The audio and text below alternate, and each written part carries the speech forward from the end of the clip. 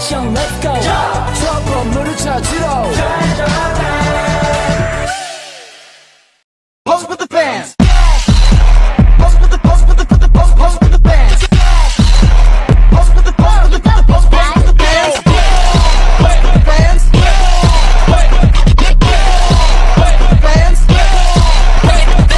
Assalamualaikum warahmatullahi wabarakatuh. Halo semuanya, dari kelompok 5 kami akan mempraktekkan sistem pencernaan. Mari teman-teman kita bahas tentang sistem pencernaan. Apa sih itu sistem pencernaan? Mari kita bahas. Pengertian sistem pencernaan pada manusia. Sistem pencernaan merupakan sistem yang memproses mengubah makanan dan menyerap sari makanan yang berupa nutrisi-nutrisi yang dibutuhkan oleh tubuh. Sistem pencernaan juga akan memecah molekul makanan yang kompleks menjadi molekul yang sederhana dengan bantuan enzim sehingga mudah dicerna oleh tubuh. Melanjutkan proses pencernaan pada manusia terbagi dari 5 macam. Yang pertama yaitu ingesti, adalah proses menaruh makanan ke dalam rongga mulut. Yang kedua pencernaan mekanik. Proses pencernaan mekanik yaitu proses mengubah makanan menjadi halus dan menjadi lemah. Yang ketiga itu pencernaan kimiawi. Proses pencernaan kimiawi yang berproses mengubah molekul-molekul zat makanan kompleks menjadi molekul yang dicerna. Pencernaan kimiawi. Proses pencernaan kimiawi yang berproses mengubah molekul-molekul zat makanan yang kompleks menjadi molekul-molekul yang lebih sederhana sehingga mudah dicerna. Pencernaan kimiawi dilakukan oleh enzim, asam bilang, dan air. Dan dilanjutkan nomor 4, penyerapan. Penyerapan adalah gerakan nutrisi yang sistem pencernaannya di sistem sirkulator dan impetus melalui isomasis, transportasi aktif, dan difusi. Yang kelima yaitu penyingkiran, yaitu penyingkiran atau pembangunan material yang diterima dicerna dari traks pencernaan melalui referensi. Zat-zat yang diperlukan oleh tubuh berdasarkan keperluan tubuh. Zat-zat makanan dibedakan menjadi 2 kelompok. Yang pertama, zat makanan makro, contohnya karbohidrat, lemak, dan protein. Karbohidrat, zat organik yang mengandung zat karbon atau C, zat hidrogen atau H, dan zat oksigen atau O yang berperbandingan yang berbeda-beda. Karbohidrat berfungsi sebagai sumber energi 1 gram karbohidrat dan 4,1 kalori. Karbohidrat beberapa jenis. Yang pertama, sakarida C6H1206, 2 disakarida C12H22011, polisakarida C6H1005. Lemak. Fungsi sumber energi 1 gram lemak, pelarut berbagai macam vitamin yaitu A, D, E, K. Simpanan bahan bakar dalam lemak berfungsi untuk melindungi alat tubuh yang hangus. Bahan makanan yang banyak mengandung lemak, yang pertama mentega, margarin, daging, ikan, kuning telur, kacang-kacangan, kelapa. Protein. Protein berfungsi pembangunan dan pengaturan bahan bakar dalam tubuh. 1 gram protein dan 4,1 kalori. Berdasarkan macam dan jumlah asam amino esensial yang menyusun protein dapat digolongkan 1. Protein sempurna, protein tak sempurna, dan protein kurang sempurna. Zat organik yang diperlukan oleh tubuh dalam jumlah sedikit, tapi penting untuk mempertahankan gizi yang normal. Umumnya, vitamin dibagi menjadi 2 golongan besar, yaitu 1. Vitamin yang larut dalam air, vitamin B.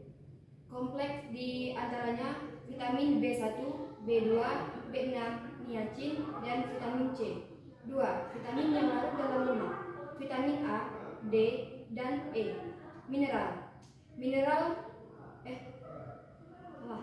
Zat makro adalah zat makanan utama yang membina tubuh dan memberi energi.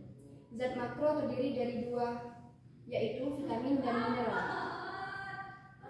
Macam zat mineral Na, K, Ca, P, Mg, S, dan Ci pada umumnya digunakan untuk sintesis jaringan.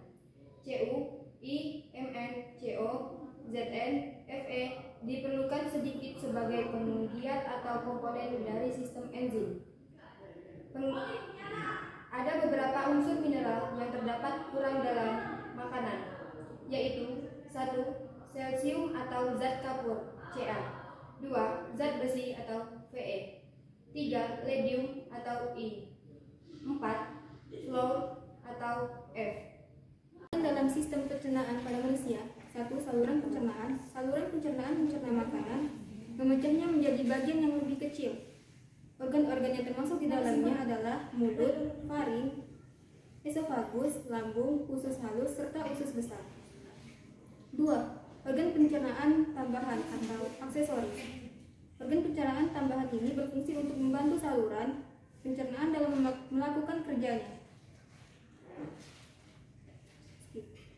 Lidah, kantung, empedu, beberapa kelenjar pencernaan seperti kelenjar ludah, hati, dan pankreas adalah termasuk dalam organ pencernaan tambahan atau aksesoris. Organ yang ada dalam sistem pencernaan pada manusia. Yang pertama adalah mulut. Mulut sebagai pintu masuknya makanan. Fungsinya adalah untuk mengecek rasa makanan dan membantu menelan makanan ke dalam sistem pencernaan. Yang kedua adalah kerongkongan. Kerongkongan adalah sebagai penghubung antara mulut dengan sistem pencernaan yang lain yang ada di dalam tubuh kita. Ketiga adalah lambung. Lambung berfungsi sebagai mencerna berbagai zat-zat makanan. Di dalam lambung terdapat pencernaan kimiawi yang telah dijelaskan pada video sebelumnya. Keempat adalah usus halus. Usus halus berfungsi sebagai tempat penyerapan sari-sari makanan. Di sini juga terjadi proses pencernaan kimiawi dengan bantuan enzim tripsin, enzim diskrase, enzim erepsin, dan enzim lipase. Yang kelima adalah usus besar. Usus besar adalah usus yang memiliki fungsi untuk memilah kembali hasil-hasil pencernaan. Terus di sini terjadi penyerapan air dengan jumlah yang terbesar daripada organ-organ yang lain. Yang terakhir adalah anus. Anus atau dubur adalah penghubung antara rektum dengan lingkungan luar tubuh. Di anus terdapat otot sphincter yang berfungsi untuk membuka dan menutup anus.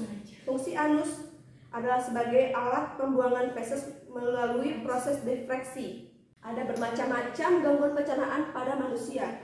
Yang paling sering kita alami yaitu asam lambung. Asam lambung pada tukak asam lambung merupakan GERD atau gastroesophageal reflux disease, adalah jenis gangguan pencernaan yang terjadi saat asam lambung naik menuju kerongkongan. Yang kedua, tukak lambung merupakan luka yang terjadi pada dinding lambung. Jenis gangguan pencernaan ini disebabkan oleh infeksi bakteri Helicobacter pylori atau efek samping penggunaan obat pereda nyeri dalam jangka panjang. Ketiga, batu empedu. Batu empedu merupakan contoh gangguan pencernaan yang terjadi akibat cairan empedu mengandung terlalu banyak kolesterol dan limbah sisa metabolisme. Keempat, IBS atau bisa disebut Irritable Bowel Syndrome adalah sekumpulan ciri-ciri gangguan pencernaan termasuk sakit perut dan perubahan buang air besar setidaknya terjadi 3 kali per bulan selama 3 bulan berturut-turut. Sekian video praktek dari kelompok kami. Wassalamualaikum warahmatullahi wabarakatuh. Dadah. Nah,